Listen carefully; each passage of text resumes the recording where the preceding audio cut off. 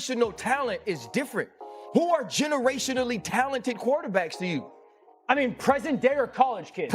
If you go present like in day, the NFL? In the NFL, who's a Lamar. He ain't Lamar. I'm not saying he's Lamar. But it's the other thing, though. The people you're comparing him to, right? Like, let's just talk about the people you're comparing him to. You know what Lamar Jackson had by this point in college? A Heisman. But Lamar played a lot more. He had stopped. Because he was that good. RC, Lamar's first start, he went 9 of 20 with a pick. This is third start. Stop saying it's against his a real opponent. It's his third. Against a real opponent. And also, too. Okay, it's so we his can go to year in college. But he hasn't played bowling. Because you know why? Because if you're Trevor Lawrence and you're a transcendent, generational quarterback talent, Kelly Bryant can be the incumbent starter. Ryan Clark just snapped on Dan Orlovsky, and the whole set turned into pure madness. Dan had the nerve to take shots at Shedeur before the Lions even stepped on the grass, and Ryan went off with a raw, no-filter meltdown. This wasn't some calm debate. It was a roast, a fiery clapback, and a football eruption all crashing together in real time. If you ever thought pregame talk was just filler, this moment proved it can turn into fireworks fast. Things got real heated in the ESPN studios as Ryan Clark completely destroyed Dan Orlovsky over his Arch Manning generational take. Now, we've seen Dan Orlovsky's bad take on Shedeur Sanders, and Ryan Clark has had enough. But we're gonna, guys, man, I'm here to tell you, man, it seems like Ryan Clark has had enough of Dan Orlovsky's bad takes when it comes to these quarterbacks. Now, we all seen and we've all heard Dan Orlovsky's take on Shedeur Sanders. We also seen him compare Dylan Gabriel to Shedeur Sanders. The ESPN studio may never be the same after what went down. Ryan Clark didn't just walk into a debate. He stormed in like he was dropping a bomb, and the blast hit straight at Dan Orlovsky. Dan, the so-called quarterback analyst, saw his whole track record of shaky takes get lit up on live TV like fireworks gone wrong. Ryan didn't just argue, he demolished him, and the fallout had everyone in shock. 100%. Can you define to me what that means? Well, generational talent would be that you have physical attributes that are rare and unique. When did 6'4", 225 pounds, 4'5", 4'6" in the 40. None of those things. 100%. He's 100% 6'4", 220 plus pounds, and is like 4'5", 4'6" and 40. Got clocked at 21 miles an hour on GPS. When did that not become at the quarterback spot generational physical ability, let alone elite, rare bloodlines when it comes to the quarterback position? It all kicked off with a simple talk about Arch Manning, and on paper, being generational sounds harmless, right? Wrong. What was supposed to stay a calm back and forth on talent and hype spiraled out of control fast. A polite debate turned into straight-up chaos with tempers flaring and the studio energy going wild. As Dan Orlovsky gets, he keeps on bigging up Arch Manning to make Arch Manning one of the greatest quarterbacks he's seen in college history. Now, there's a long list of quarterbacks that we can talk about in college that was great. But the thing about it is Dan Orlovsky's takes on these quarterbacks, because Dan Orlovsky was a quarterback himself. And like I stated to you guys, man, Dan Orlovsky likes mediocrity. He likes mediocre players because he was a mediocre quarterback himself. And Dan Orlovsky's takes on these quarterbacks is downright asinine. And Ryan Clark wastes no time in destroying everything that he has to say about these quarterbacks. Dan Orlovsky, bless his heart, jumped on the Arch Manning hype train like a kid who just got handed a whole candy store. With full confidence, he declared Arch the next big thing, a generational talent, the undeniable future of football. Meanwhile, Ryan Clark just sat back, side-eyeing the whole performance, probably thinking to himself, oh no, you're really about to say this out loud. Generational talent? Then who is? And how are we measuring it? Because we can't sit there and go, because of the way the first start on the road. There's very few of them. I think there's less than what you think. I think John Elway was a generational talent. I think Patrick Mahomes is a generational talent. I don't think Tom Brady, I don't think Drew Brees, I don't think Peyton Manning are generational talents. I think Andrew Luck ended up being a generational talent. I don't think there's a ton of them out there. But so then what? Then how does one, in your eyes, be a generational talent? Because there's not a lot of difference. You're about to cross the line of reality, and I'm going to enjoy every second of it. That's the vibe Ryan Clark gave off as Dan Orlovsky walked right into the trap. Because when Clark goes off, he doesn't just argue. He tears down the whole broken system that lets average, washed-up quarterbacks sit on TV and decide who's elite and who's overrated. Orlovsky starts rattling off numbers like he's reading off a grocery list. 6'4", 225 pounds, runs 21 miles per hour on GPS. But Clark, calm as ice, cuts him short and drops the truth bomb. You don't need a speedometer on a quarterback to know if he can dominate. That's when he hit with the dagger. Arch Manning scrambling is not Lamar Jackson turning defenders into pretzels. In that instant, you could almost see Orlovsky's soul float out the studio lights. The beauty of Clark's clapback wasn't just the stats, it was the principle. Mediocre quarterbacks cling to mediocrity, it's in their DNA. They look at an average performance, confuse hype for greatness, and suddenly think they see themselves in it. That's why Orlovsky has spent years pushing weak prospects while throwing shade at real elite quarterbacks, pretending like he's some guardian of generational talent. But Clark wasn't buying it. He showed up with a verbal sledgehammer and smashed that fake gate down to pieces. And let's keep it real, this wasn't just about Arch Manning. Arch was just the shiny bait dangled on the hook, and Orlovsky bit hard. In fact, RC, I thought you described it very well in our meeting this morning, what it is they are and aren't doing. Yeah, what it is that they're doing is they're treating Shedeur Sanders like a fifth-round pick. Right. Right? We're not covering every fifth-round pick in the NFL hoping that he gets an opportunity to be the starter on day one. We felt like, oh my goodness, they got a diamond in the rough. Shedeur Sanders fell to the fifth round. They felt like they evaluated him there, and that's where they picked him. And they're playing. The real victim in all this? Shedeur Sanders, a quarterback who's carried programs on his back at every level, proving himself again and again, yet still brushed off by analysts who wouldn't recognize greatness if it smacked them across the face. And here's the kicker. Clark didn't even have to name Shedeur outright. By shredding Orlovsky's weak logic, he exposed exactly why talents like Shedeur get overlooked, while three-star wonders get falsely crowned as generational. Then it got downright spicy. Clark went for Orlovsky's credibility, and out came the line that'll live forever in sports media history. I don't care what this little vest you wear on top of your nipples say. Boom! Mic drop moment of the year. Watching Orlovsky try to hide behind numbers, charts, and hype while Clark dismantled him with pure logic and lived experience felt almost cartoon-level ridiculous. Picture it, like some guy building a sandcastle right in front of a tsunami, only this tsunami's name is Ryan Clark, and he brought every receipt imaginable. He pointed to the true generational quarterbacks, Trevor Lawrence, Caleb Williams, Lamar Jackson. Guys who don't wait their turn, don't sit behind backups, and don't survive off Instagram clout. They step in and flip entire franchises instantly. And that brings us back to Shedeur Sanders, walking into Jackson State, storming into Colorado, rewriting the script, and still getting talked down by people who should know better. It's not just wrong, it's outrageous. Up with the Shedeur Sanders is being set up to fail narrative. Who do you want to start the game? It's preseason week 1. First option, Joe Flacco. He's played for like 20 years. He's not going to start preseason week 1. The next two options would be a Kenny Pickett or a Dylan Gabriel. Both are dealing with hamstring injuries. Neither has practiced a ton recently. If they've done anything, I believe it's been 7-on-7. Who do you want to start the game? The next two options are Shedeur and Snoop Huntley. Shedeur's been there. Snoop Huntley. And honestly, it's hilarious. Watching Dan Orlovsky squirm in that chair was comedy gold. This is the part where sarcasm went nuclear. Orlovsky tried to wave off the entire narrative gap with NIL money, as if contracts and payouts explain why a quarterback can't dominate on the field. Clark didn't blink.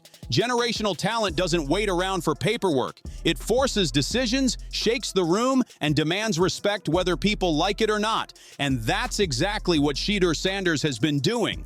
Coaches have been forced to adapt around him. Programs have been lifted into relevance, and fan bases that nobody cared about last season are suddenly electric because of his presence. Meanwhile, Orlovsky clings to his little vest, still rattling off speeds and numbers, still trying to justify hype over production. That's when Clark flipped the script completely. He didn't just defend Shedeur, he exposed the entire broken system. Analysts like Orlovsky build their stories on bloodlines, hype, and their own biases. They confuse potential with proven greatness, and they push untested players to the front while ignoring the ones grinding and dominating every single week. And it's not quiet. It's obvious. It's embarrassing. And Clark made dismantling it look effortless. Imagine being Orlovsky in that moment. Your whole career spent tossing around stats like confetti, pretending to be the authority, and suddenly a real NFL vet who's lived the game is calling out every single flaw in your method. You panic, you backtrack, you mumble about eras, competition, NIL deals, anything to change the subject, but it doesn't matter. The narrative is collapsing all around you, and there's no saving it. Your moves slowly kind of trying to see what's going on, and then that creates that sack fumble. So a lot of the stuff that we just saw in college is a big deal. This ball gets snapped at the 48-yard line. Defense has won the rep. Play is dead. Throw the ball away. It's first down.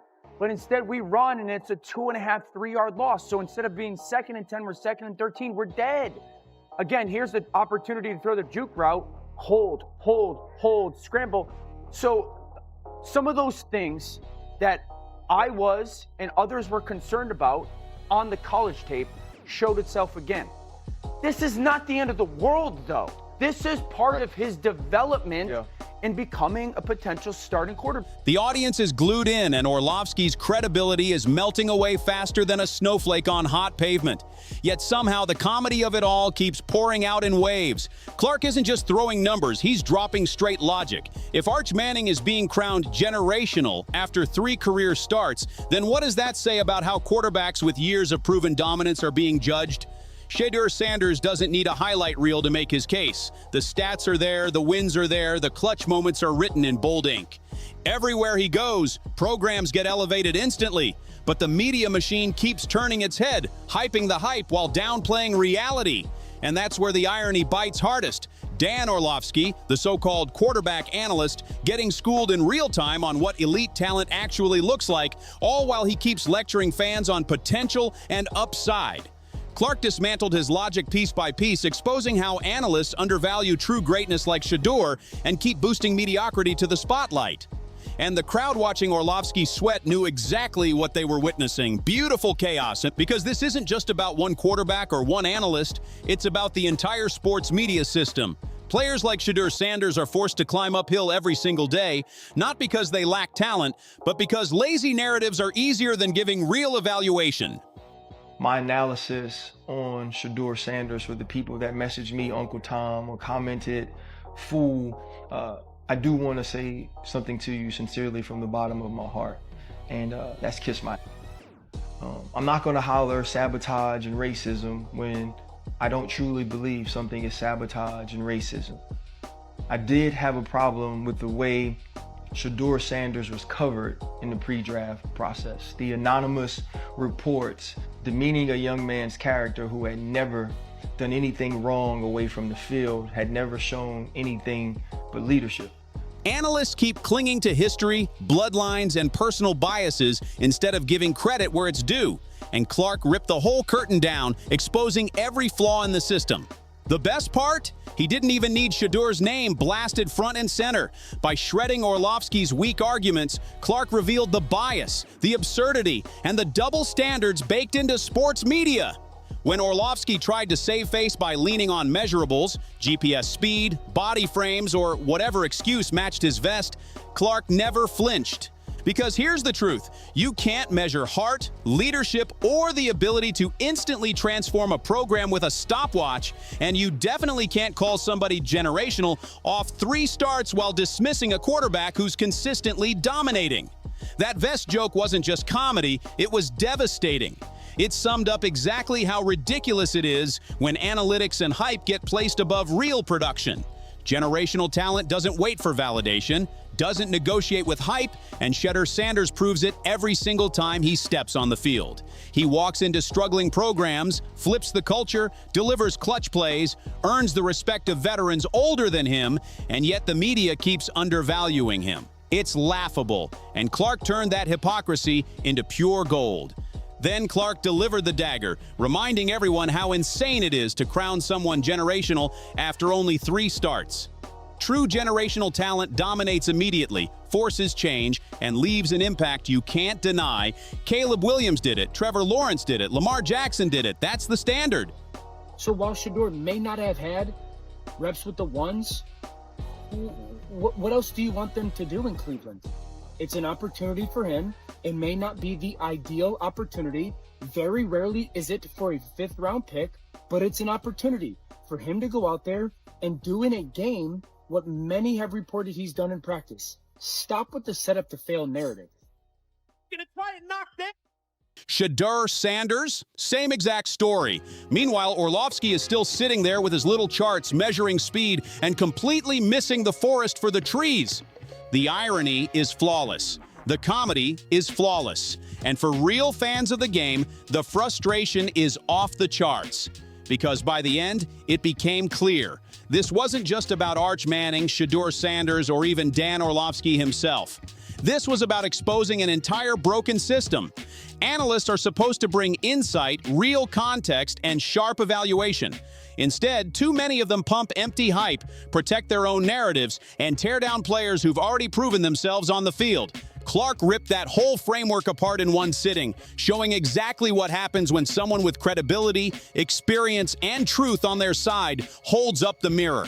And the best part, Clark didn't even need to scream. He didn't need to exaggerate. He just laid it out plain. And Orlovsky got exposed for how flimsy his takes really were.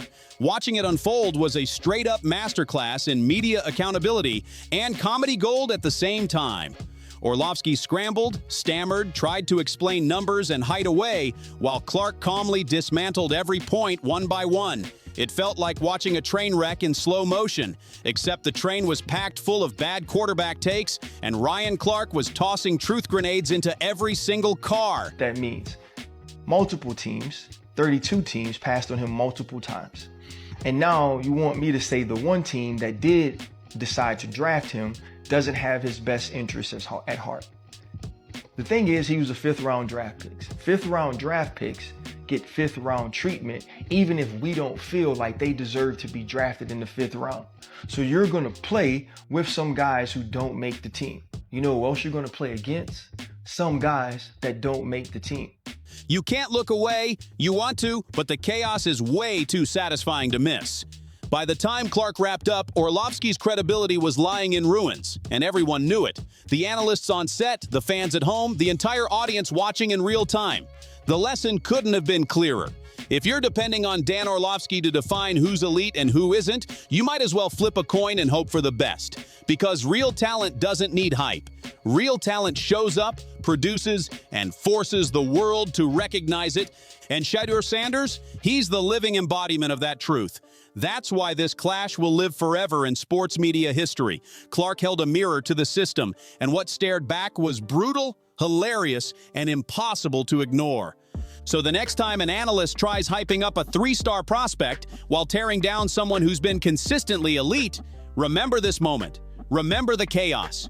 Remember the little vest line that turned into instant legend. And above all, remember Ryan Clark systematically dismantling the so-called expertise of a man who thought he knew what he was talking about. Oh, and this is just my opinion, it's time for Dion to let go a little bit, right? It's time for, if you're saying this about Shedeur, you get to say that now because I'm not his coach anymore. If Shedeur is dealing with this certain level of adversity, yeah, I'm on the phone with him. Yeah, I'm in his room and we're having conversations. But when he goes to work, he has to go to work as a man, right? Shedeur Sanders is going to be leading dudes that were like you in the league, that were like you, that were like me. At the time, you had kids and were married. I had kids and was married. Chan, you was a grown man that said, I can go in the streets every night and I can come in here and work. And at the end of the day, the tape never lies. Results don't lie. Talent always forces recognition, no matter how hard analysts try to twist the story. Shedeur Sanders has proven himself at every single level, transforming entire programs, making clutch plays when it matters most, earning the respect of teammates and fans alike, and still facing down unfair narratives from the media machine.